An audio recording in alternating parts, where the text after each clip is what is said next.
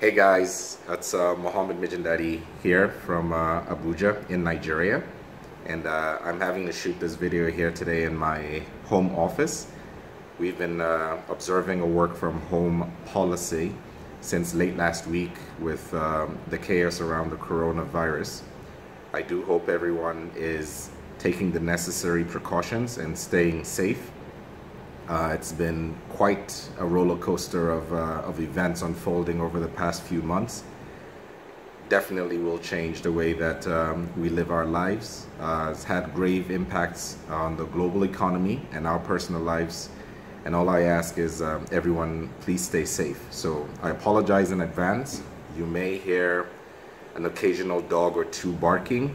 You may find a child or two run in here, but I've tried my best to barricade my office just so at least I could take a few minutes to share this message with you guys.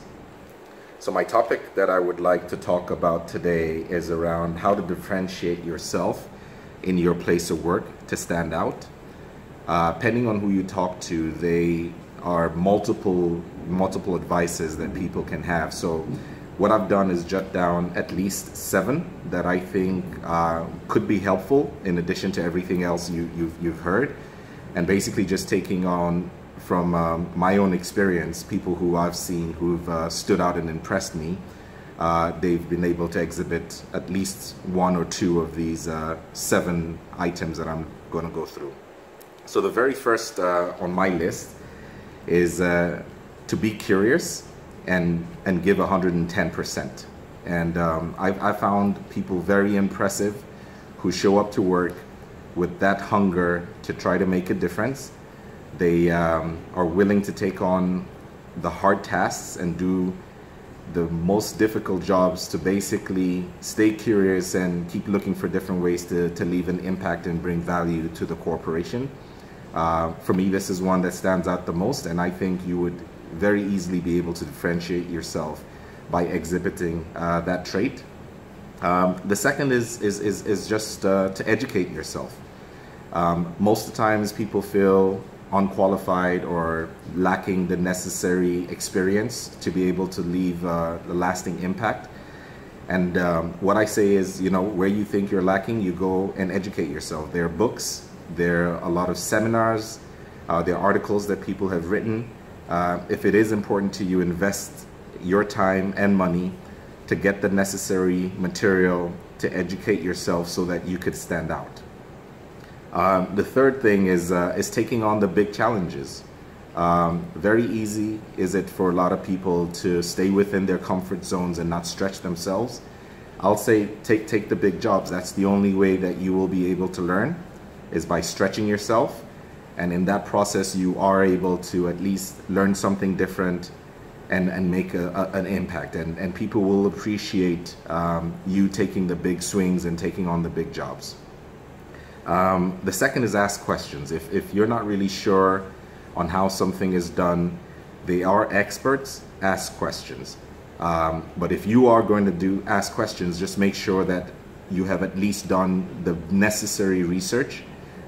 So you're not just asking very fundamental questions that you could find the answers to. If you need to take on a task and you feel there's someone who has either more experience or has done something in the past, ask questions to be able to clarify that so that you're making the best use of your time and providing value.